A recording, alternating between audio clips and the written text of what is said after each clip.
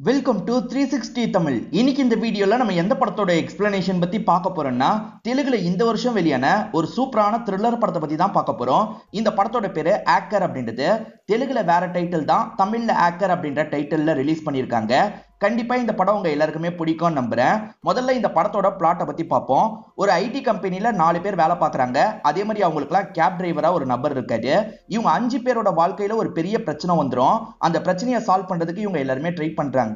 அந்த பிரச்சனையை சால்வ் பண்றதுக்கு ட்ரை பண்ணிட்டு இருக்கும் போதே வேற ஒரு பெரிய பிரச்சனையில மாட்டிக்கிறாங்க. அது என்ன பிரச்சனை, அதை இவங்க சால்வ் பண்ணாங்களா இல்லையான்னு சொல்றது தான் படத்தோட கதையா இருக்கும். சென்டிமெண்டா நிறைய சீன் வச்சிருப்பாங்க. அதெல்லாம் கண்டிப்பா உங்களுக்கு பிடிக்கும் நம்புறேன். எக்ஸ்பிளனேஷனுக்குள்ள போறதுக்கு முன்னாடி வீடியோக்கு ஒரு லைக் போடுங்க.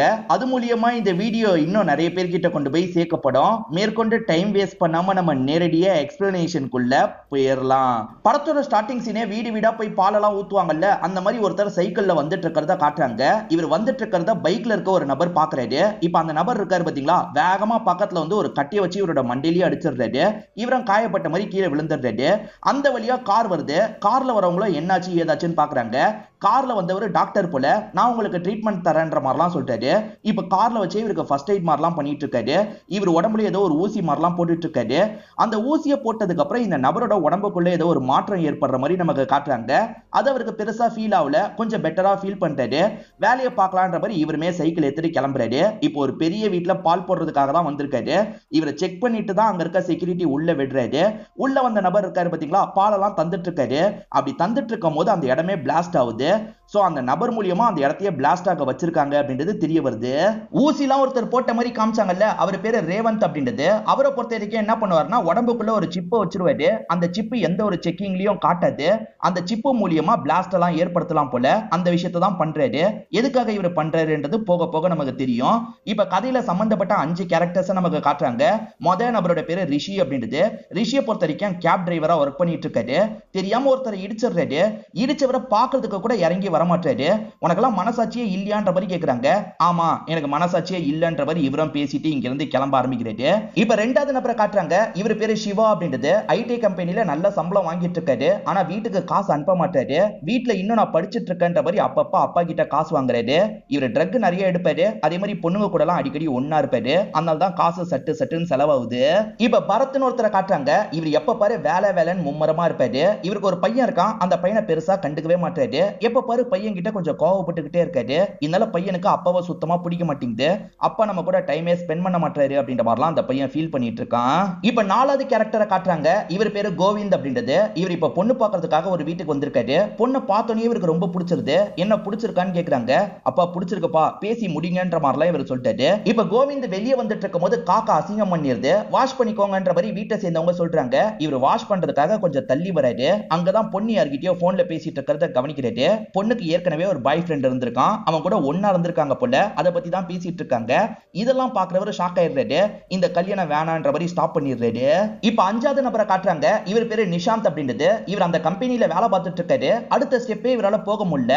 அடுத்த ஸ்டெப் போனாதான் சம்பளம் ஏறும். அப்பதான் என்னோட மாமா பொண்ணை நான் கல்யாணம் பண்ணிக்க முடியும். அதுக்கு ஏதாவது பரிகாரம் இருந்தா சொல்லுங்கன்ற மாதிரி கேட்கிறாரு. பரிகாரம் தானே இருக்கு, அதுக்கு முன்னாடி 10,000 ரூபாய் தாங்கன்ற மாதிரி இந்த சாமியார் காசெல்லாம் வாங்குறாரு. இது வரைக்கும் 5 பேர் காமிச்சாங்கல்ல, அதுல 4 பேர் ஒரே கம்பெனில தான் வேலை பார்த்துட்டு இருக்காங்க.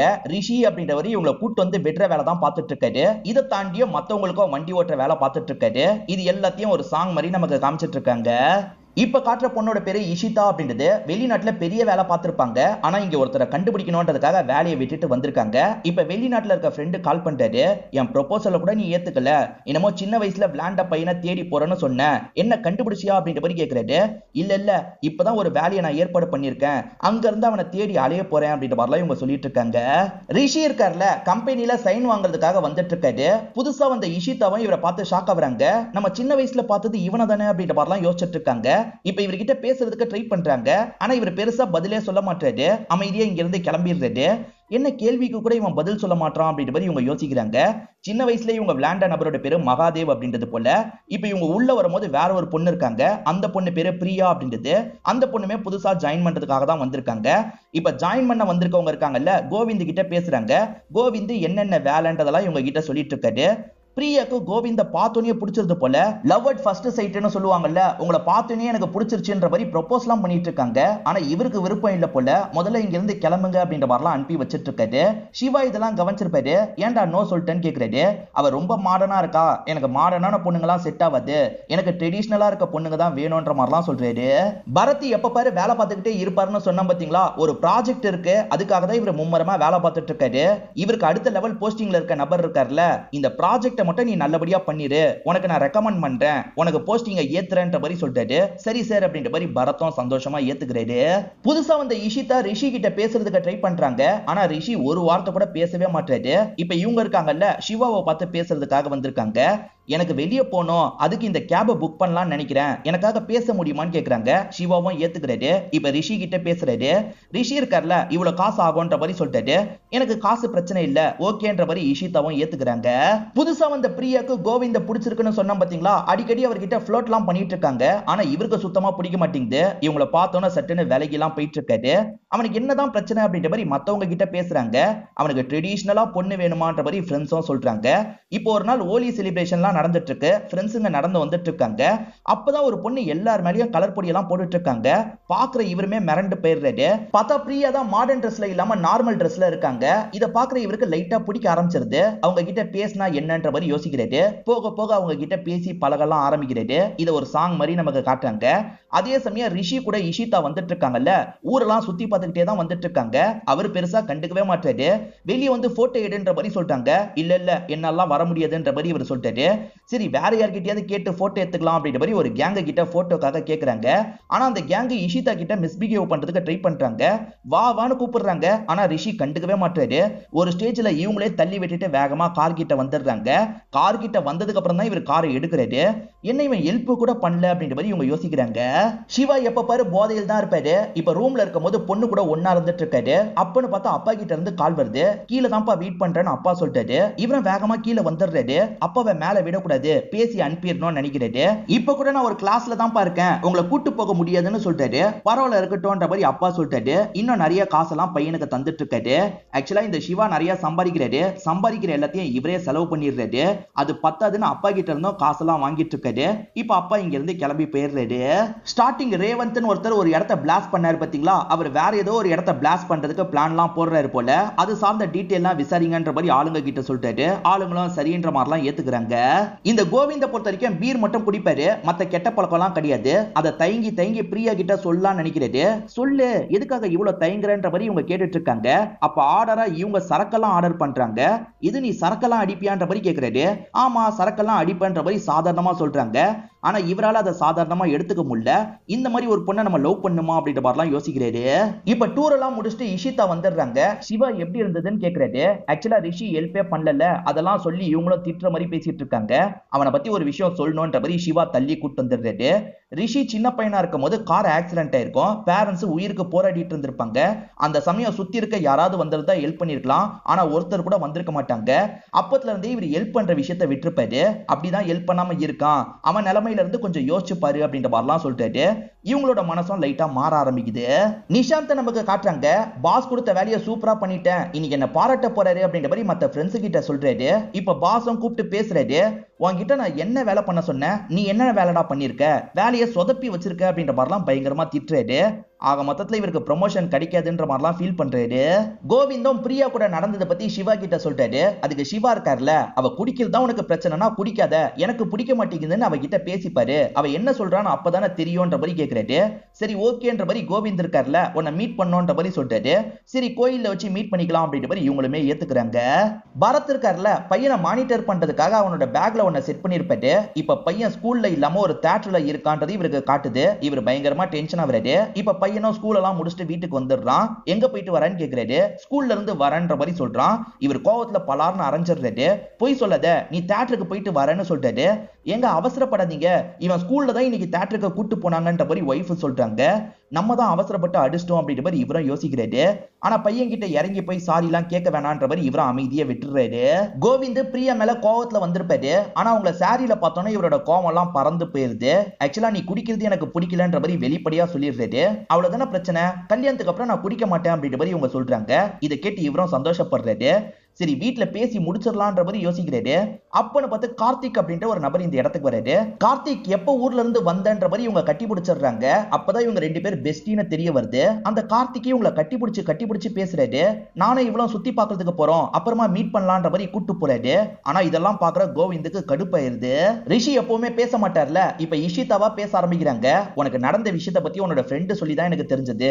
அதையே யோசிச்சுட்டு இருந்தனா தேவையில்லாம உனக்கு கஷ்டமா தான் இருக்கும், அதை விட்டு வெளியே வான்ற மாதிரிலாம் ஆறுதல் சொல்ற மாதிரி பேசுறாங்க. இவருமே அவங்க போனதுக்கு அப்புறம் அவங்க சொன்னதை பத்தி யோசிக்கிறாரு. இப்போ ஒரு இடத்துக்கு வந்து இவர் பீர்லாம் அடிச்சிட்டு இருக்காரு. இதே பகுதியில ஒரு போலீஸ் இருக்கார்ல, ஒரு பெரிய நெட்வொர்க்கை பிடிக்கிறதுக்காக வந்திருக்காரு. அவங்க ட்ரக் மாஃபியாவை சேர்ந்தவங்களா இருப்பாங்க. அவங்கள பிடிக்கிறதுக்காக இவர் அந்த இடத்துக்கு வராரு. அவங்க நிறைய பேர் இருக்காங்கல்ல, அதனால இவரை போட்டு அடி அடின்னு அடிச்சிட்டு இருக்காங்க. இந்த போலீஸ் அடி வாங்கிட்டு இருக்க சவுண்ட் ஹீரோக்கு கேக்குது, அதாவது ரிஷிக்கு கேக்குது. இப்ப ரிஷி வேகமா இந்த ஸ்பாட்டுக்கு வந்துடுறாரு. வந்த ரிஷி இருக்கார்ல, இந்த கேங்கு கூட பயங்கரமா சண்டை போட்டு எல்லாரையும் லாக் பண்ணிடுறாரு. இந்த போலீஸுக்கு கொஞ்சம் அடிபட்டிருக்கும். இப்ப போலீஸை காப்பாத்தி இங்க இருந்து கூட்டுலாம் போறாரு. கோவிந்த் எப்பவுமே வர கடைக்கு வராரு. அந்த இடத்துல பார்த்தா கார்த்திக்கும் பிரியாவும் சிரிச்சு பேசிட்டு இருக்காங்க.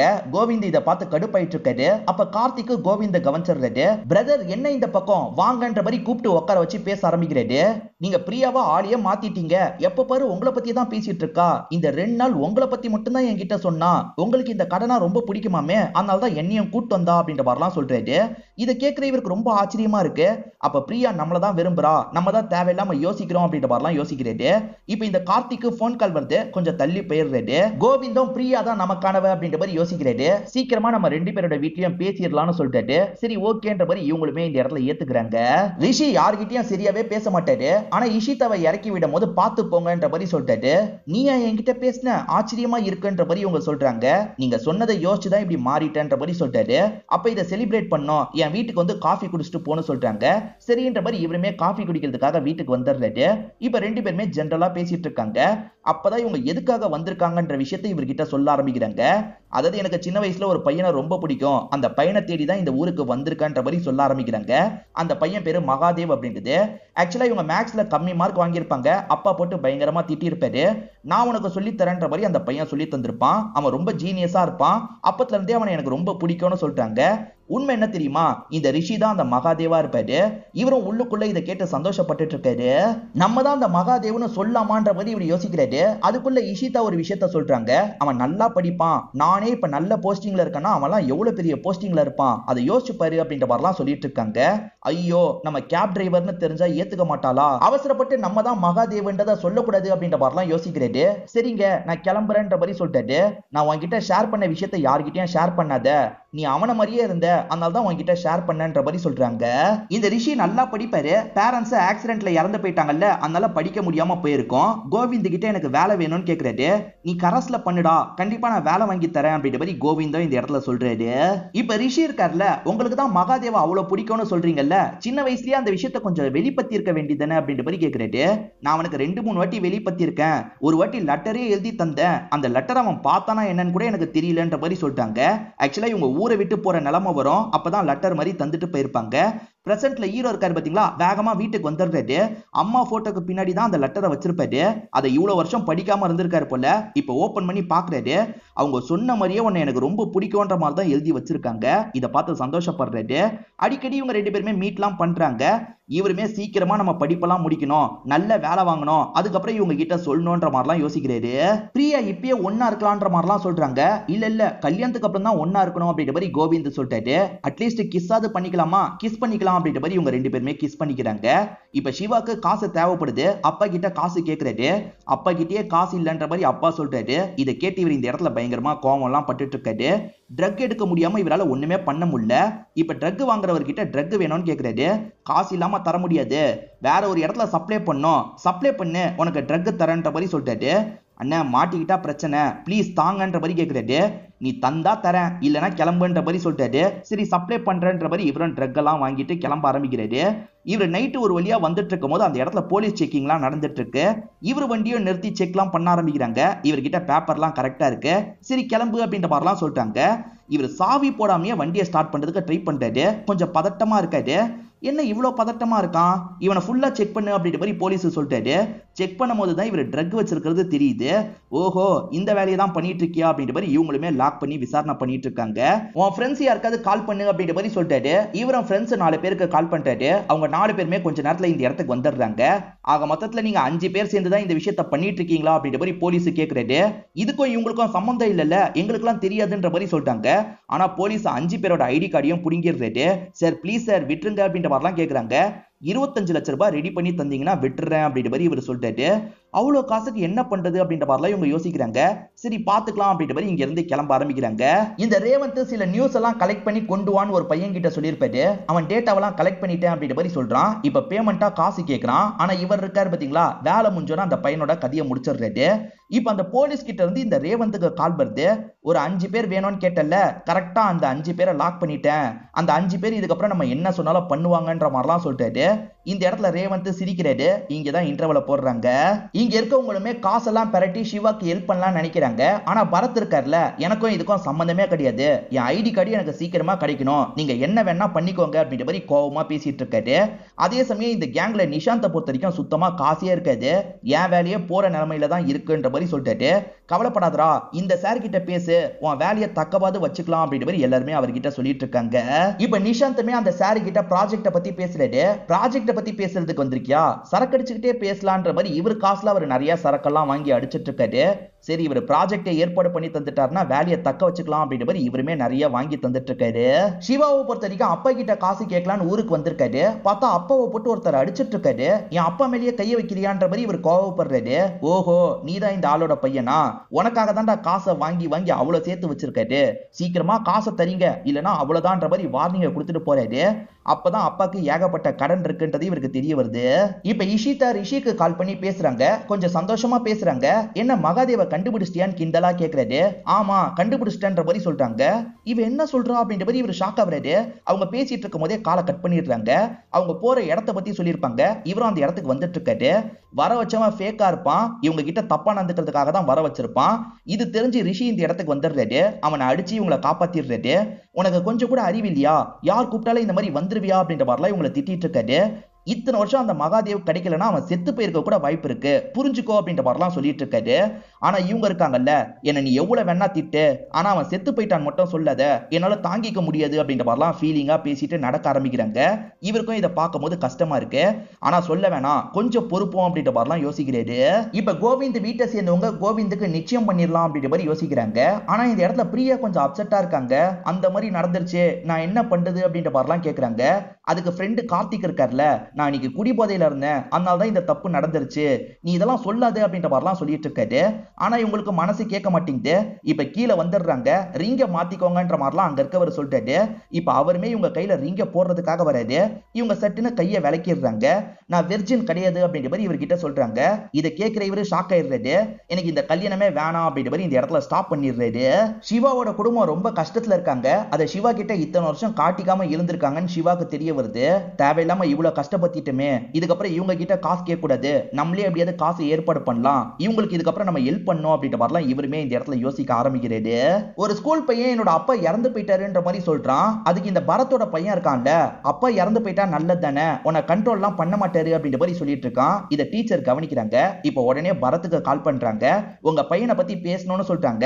மேடம் நான் பிஸியா இருக்கேன்ற மாதிரி இவர் வேகமா காலெல்லாம் கட் பண்ணிடுறாரு. இப்ப பாஸை பார்க்கலாம்னு நினைக்கிறாரு. பாஸ் போன்ல தெரிஞ்ச சொந்தக்கார பையன் கிட்ட பேசுறாரு. இங்க பரத்னு ஒருத்தனை வச்சு நான் வேலையெல்லாம் முடிச்சிட்டேன், வேலையெல்லாம் முடிஞ்சதுக்கு அப்புறம் அவனை கழட்டி விட்டுருவேன், ஒன்ன சேர்த்து பண்ற மாதிரி சொல்லிட்டாரு. இதை கேட்கிற பரத்துக்கு பயங்கரமா கடுப்பாயிருது. யோ என்ன ஏமாத்த பாக்குறியா அப்படின்ற மாதிரி காலரை பிடிச்சிடுறாரு. எல்லாருமே என்னாச்சு ஏதாச்சுன்ற மாதிரிலாம் இந்த இடத்துக்கு வராங்க. பிரச்சனை வேணான்ற மாதிரி பரத்தை ஸ்டாப் பண்றாங்க. திரும்பி டீச்சர் கிட்ட இருந்து கால் வருது. இவர் கோவத்துல இருக்கிறதுனால கத்தி விட்டுறாரு. சரி உங்க பையனுக்கு தான் பிரச்சனை நினைச்சேன், ஆனா பிரச்சனை உங்ககிட்ட தான் இருக்குன்னு இப்பதான் எனக்கு தெரியுதுன்ற மாதிரி டீச்சர் சொல்றாங்க. கோவிந்த் பைக்ல போகும்போது ஆக்சிடென்ட் ஆயிருக்கும், அதை பத்தி பிரியாக்கு தெரிய வருது. உடனே பார்க்கணுன்ற மாதிரி ஹாஸ்பிட்டலுக்கு கிளம்பி வந்துடுறாங்க. இவங்களை பார்த்தோன்னா கோவிந்த் கண்டமேனிக்கு திட்ட ஆரம்பிக்கிறாரு. அதாவது இவங்க கார்த்திக் கூட ஒன்னா இருந்துதான் வெர்ஜினிட்டி போயிருக்குன்ற மாதிரி இவர் யோசிக்கிறாரு. முதல்ல இங்க இருந்து கிளம்பு, என் கண் முன்னாடி நிக்காதன்ற மாதிரிலாம் திட்டிட்டு இருக்காரு. வேற ஒரு நாள் கார்த்திக் பேசுறதுக்காக வராரு. இவருமே முதல்ல இங்க இருந்து கிளம்புன்ற மாதிரிலாம் கோவப்பட்டு இருக்காரு. அப்ப கார்த்திக் இருக்காருல, நடந்த விஷயத்தை இன்னும் நீ புரிஞ்சுக்கல, அன்னைக்கு என்ன தெரியுமா நடந்தது, அவளுக்கு ரேப் நடந்துருச்சுடா அப்படின்ற மாதிரி சொல்லிட்டாரு. என்ன சொல்றன்ற மாதிரி கோவிந்த் ஷாக் ஆவறாரு. இப்பதான் இவர் நடந்த விஷயத்த சொல்லிட்டாரு. இவர் குடிபோதையில கொஞ்சம் இருந்திருப்பாரு. பைக்ல வந்துட்டு இருக்கும்போது ஒரு கேங் அட்டாக் பண்ணிருப்பாங்க. இவர் போதையில இருக்கிறதுனால அவங்கள காப்பாற்ற முடியாம போயிருக்கோம். அவங்க கிட்ட எல்லை மீறி அந்த கேங் நடந்திருப்பாங்க. நானே கல்யாணம் பண்ணிக்கிறேன்னு சொன்னேன், நீ என் ஃப்ரெண்டுடா, நம்ம எப்படி கல்யாணம் பண்றதுன்னு என்கிட்ட கேட்டாடா, அந்த அளவுக்கு அவன் நல்லவடா, புரிஞ்சுக்கோ அப்படின்ற மாதிரிலாம் சொல்லிட்டாரு.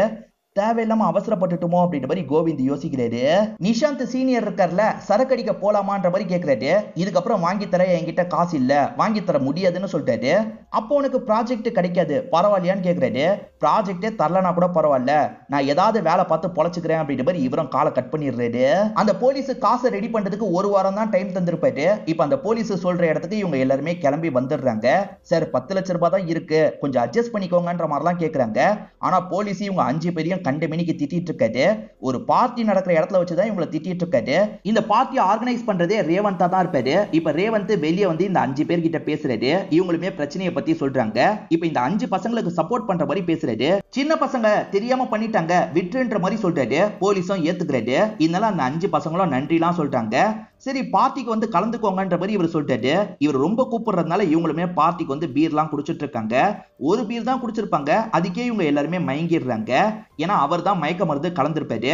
இப்ப 5 பேருமே மயக்கத்துல இருக்காங்கல்ல, இவருமே ஊசியை போடலாம் நினைக்கிறாரு. ஸ்டார்டிங் பால்காரங்கிட்ட ஒரு விஷயத்த பண்ணாங்க பாத்தீங்களா, அதுதான் இவங்க எல்லார்கிட்டயும் பண்ணிட்டு இருக்காங்க. இவங்க உடம்புல ஊசியை போட்டு அதை செலுத்திடுறாங்க போல. அவங்கள மானிட்டர் பண்ணிக்கிட்டே இருங்கன்ற மாதிரி இந்த ரேவந்த் சொல்லிட்டாரு. ஆளுங்களும் சரின்ற மாதிரி ஏத்துக்கிறாங்க. இவங்க போதையில் தான் மயங்கிட்டோம் போல அப்படின்ற மாதிரி மறுநாள் வீட்டுக்குலாம் போயிடுறாங்க. வேலைக்கு கிளம்பலான்னு கிளம்ப ஆரம்பிக்கிறாங்க. ரிஷிக்கு ஏற்கனவே ஒரு கேங்கு கிட்ட பிரச்சனை இருந்தது பாத்தீங்களா, இவர் கார் ஏறலான்னு வரும்போது அந்த கேங்க சேர்ந்தவங்க ஒரு கட்டியை வச்சு இவரோட மண்டிலே அடிச்சிடுறாங்க. கத்தியை வச்சு வயிற்றுல வேற குத்திடுறாங்க. இவர் இப்ப வலியால துடிச்சிட்டு இருக்காரு. இந்த விஷயத்த ரேவந்தோட ஆளு கவனிக்கிறாரு. இந்த மாதிரி இவனுக்கு ஆயிடுச்சு, இவன் போக மாட்டான் போலன்னு சொல்லிட்டாரு. அப்ப அவனுக்கு பதிலா நீ காரை ஓட்டு, ஏன்னா மத்த 4 பேர் ஆபீஸ்க்கு கண்டிப்பா போனோன்ற மாதிரி சொல்லிட்டாரு. இந்த அடியாலும் ஏத்துக்கிறான். இப்ப இவன் டிரைவர் மாதிரி வந்துடுறான். என்ன ரிஷி வரலையான்னு கேக்குறாங்க. ரிஷி இன்னைக்கு லீவுன்ற மாதிரி இவனுமே சமாளிக்கிறான். இவங்க எல்லாரையுமே ஆபீஸ்க்கு கூட்டு வந்துடுறான். இப்ப இவங்க எல்லாருமே சேர்ந்த மாதிரி ஆபீஸ்க்குள்ள நுழைய ஆரம்பிக்கிறாங்க. செக்கிங்லாம் முடிச்சுட்டு தான் ஆபீஸ்க்குள்ள போக முடியும். ஆளுங்க செக்கிங்லாம் பண்றாங்க.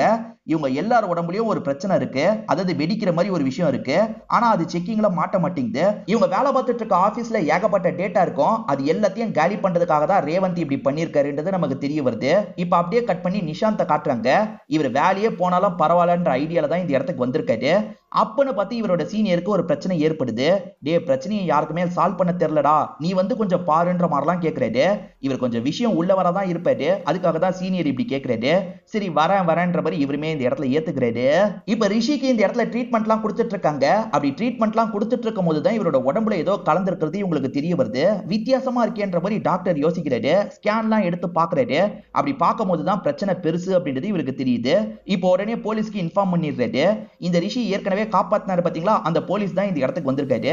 இப்ப போலீஸ் கிட்ட டாக்டர் எக்ஸ்பிளைன் பண்ணிட்டாரு. சரி இவன் தீவிரவாதியா இருக்க வாய்ப்பு இருக்கு, இது மூலியமா பிளாஸ்ட் ஏற்படுத்தலாம் நினைக்கிறேன்ற மாதிரி டாக்டர் சொல்லிட்டாரு. இதனால போலீஸ் இருக்கார்ல, உன் பிளான் என்ன, எப்படா உனக்குள்ள இந்த டிவைஸ் வந்தது அப்படின்ற மாதிரிலாம் கேட்டுட்டு இருக்காரு.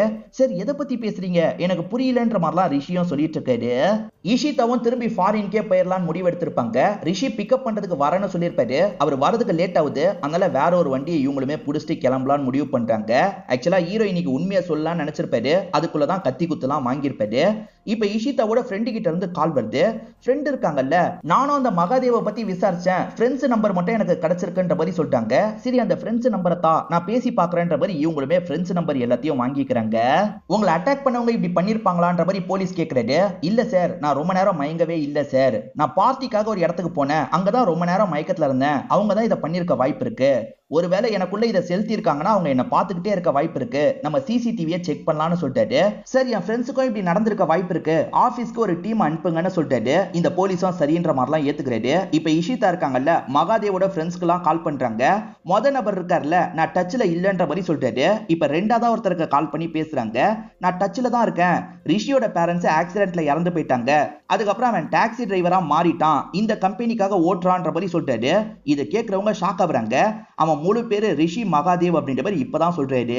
இவங்க மொத வாட்டி ரிஷியை பார்த்தாங்கல்ல, மகாதேவ் மாதிரியே தோணி இருக்கும். அதனால தான் பேசுறதுக்கு ட்ரை பண்ணிருப்பாங்க. நம்ம நினைச்சது சரிதான், அப்புறம் எதுக்காக அவன் நம்ம கிட்ட சொல்லல அப்படின்ற மாதிரிலாம் இவங்க யோசிக்கிறாங்க.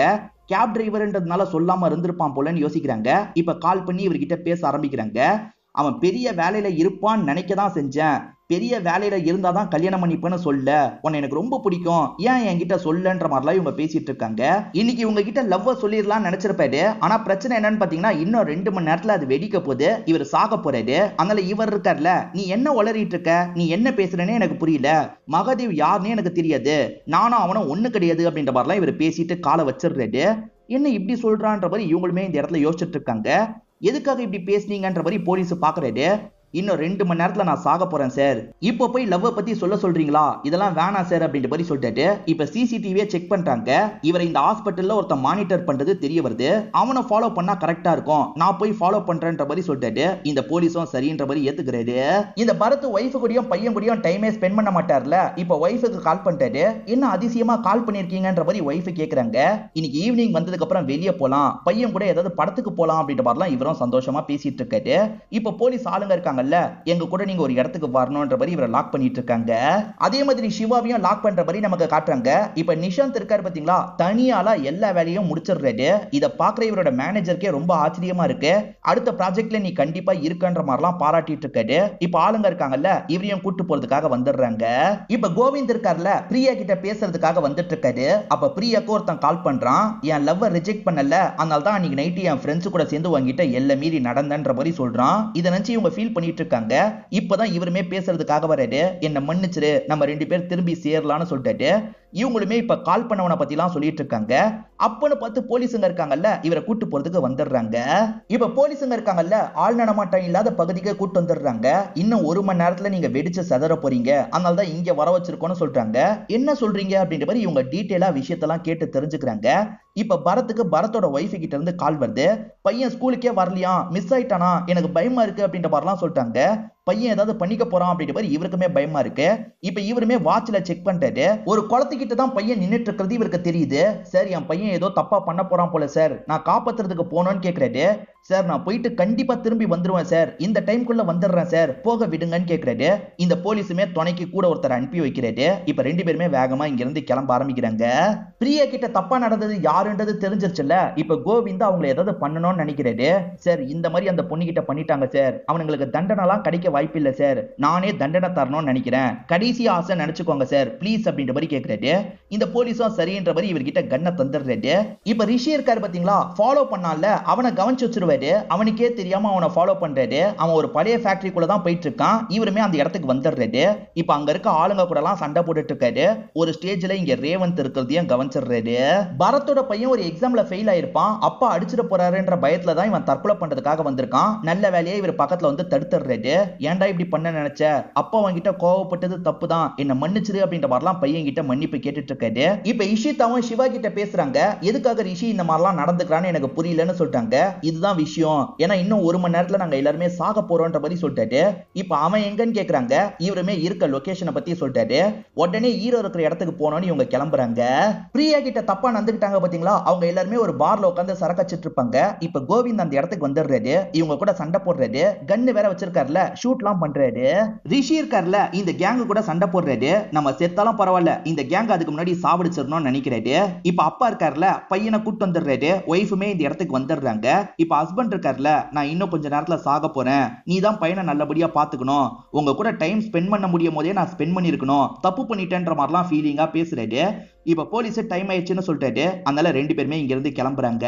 ரிஷி இருக்காருல, ரேவந்த் கதையை முடிச்சிருப்பாரு. இவருக்கும் காயெல்லாம் பட்டிருக்கும், வலியால துடிச்சிட்டு இருக்காரு. இன்னும் 3 நிமிஷம் தான் டைம் இருக்கு. அப்பன்னு பார்த்து இஷிதா இந்த இடத்துக்கு வந்துடுறாங்க. நீ எதுக்காக இந்த இடத்துக்கு வந்த, முதல்ல கிளம்புன்ற மாதிரி சொல்லிட்டாரு. நான் போக மாட்டேன், இவ்வளவு வருஷம் கழிச்சு நீ எனக்கு கிடைச்சிருக்க, நான் இங்கதான் இருப்பேன்னு சொல்லிட்டாங்க. இங்க இருந்தா செத்துருவ, போன்னு சொல்லிட்டாரு. செத்தாலும் பரவாயில்ல, நான் இங்கதான் இருப்பேன்ற மாதிரி இவங்களுமே கட்டிலாம் பிடிச்சிடுறாங்க. நம்ம எல்லாருமே சாக போறோன்ற மாதிரி இவங்க எல்லாருமே ஃபீலிங்ல இருந்துட்டு இருக்காங்க. இப்ப சில மணி நேரம் கழிச்சு நடக்கிறத காட்டுறாங்க. இந்த பாரத் இருக்காருல, வீட்டுக்கு வந்து பையனை சர்ப்ரைஸ் பண்ணிட்டாரு. என்ன அப்பா வந்துட்டாரு அப்படின்ற மாதிரி இந்த பையன் ரொம்ப ஆச்சரியப்படுறான். இப்பதான் என்ன நடந்தது அப்படின்றத நமக்கு காட்டுறாங்க. ஈரன் நான் போக மாட்டேன்ற மாதிரிலாம் சொல்லிட்டு இருந்தாங்கல்ல, டைம் ஆயிருது, இன்னும் அந்த பாம் வெடியாம இருக்கு, என்ன வெடியிலன்ற மாதிரி இந்த இடத்துல ரிஷியும் யோசிக்கிறாரு. அப்பதான் சில நிமிடங்களுக்கு முன்னாடி நடந்த விஷயத்தை நமக்கு காட்ட ஆரம்பிக்கிறாங்க. இப்ப நிஷாந்த் மேனேஜரும் நிஷாந்த பாராட்டுறாரு. 10 ப்ராப்ளம் இருந்தது, ஒரு ப்ராப்ளத்தை வச்சே மத்த 9 ப்ராப்ளத்தையும் சால்வ் பண்ணிருக்க, சூப்பரா அப்படின்ற மாதிரிலாம் பாராட்டிட்டு இருக்காரு. மேனேஜர் கிட்ட பேசும்போது இவருக்குமே ஒரு பொறி தட்டுது. வயித்துக்குள்ள ஒரு டிவைஸ் இருக்கு பாத்தீங்களா, ஒரு டிவைஸை மட்டும் வெளியே எடுத்துட்டா மத்த டிவைஸ் எல்லாத்தையும் டீஆக்டிவேட் பண்ணிடலாம் அப்படின்ற மாதிரி யோசிக்கிறாரு. இத பத்தி இன்ஸ்பெக்டர் கிட்ட சொல்லிட்டாரு. இன்ஸ்பெக்டர் ஆபரேஷன் பண்ணி வெளியே எடுக்கிறதுக்குலாம் அரை மணி நேரத்துக்கு மேல ஆகும், அவ்வளவு டைம் இல்லைன்னு சொல்லிட்டாரு. அதை கவனிச்சிட்டு இருக்க இந்த சிவாக்கு ஒரு விஷயம் தோணுது. இப்ப சிவா வேகமா அந்த இடத்துக்கு வந்துடுறாரு. ஒரு கத்தியை வச்சு வயித்தை கிழிச்சுக்கிறாரு. இப்ப கஷ்டப்பட்டு இவர் கையை விட்டு எடுத்துறாரு. இந்த அப்படின்ற மாதிரி ஃப்ரெண்டு கிட்ட தராரு. இப்ப ஃப்ரெண்ட் இருக்கார்ல, என்ன ப்ராப்ளம் அப்படின்றதெல்லாம் பாத்துறாரு. அது மூலியமா எல்லா டிவைஸையும் நம்ம டீஆக்டிவேட் பண்ணோம் அப்படின்ற மாதிரி டீஆக்டிவேட் பண்ணிடுறாரு. ஒரு வழியா நல்லபடியா பண்ணியும் முடிச்சிடுறாரு. அதே சமயம் இதெல்லாம் வயிற்றுல இருந்து எடுத்து தந்தார்ல, சிவாவும் பொழைச்சிடுற மாதிரி நமக்கு காட்டுறாங்க. இப்ப சிவா இந்த ட்ரக் பழக்கத்தெல்லாம் விட்டுறாரு. அப்பா கூட சேர்ந்த மாதிரி சீட்டு கட்டு விளையாடிட்டு இருக்காரு. அதே மாதிரி மத்த எல்லாருமே அவங்க ஜோடி கூட சேர்ந்துட்டாங்க அப்படின்ற மாதிரி காமிச்சு நமக்கு படத்தோட கதையை முடிச்சிடுறாங்க. கண்டிப்பா இந்த படம் உங்க எல்லாருக்குமே பிடிச்சிருக்கும் நம்புறேன். இந்த வீடியோ உங்களுக்கு பிடிச்சிருந்ததுன்னா லைக் பண்ணுங்க, கமெண்ட் பண்ணுங்க, மறக்காம 360 தமிழ் சேனலை சப்ஸ்கிரைப் பண்ணுங்க. தொடர்ச்சியா இந்த மாதிரி வீடியோக்கள் வந்துகிட்டே தான் இருக்கும்.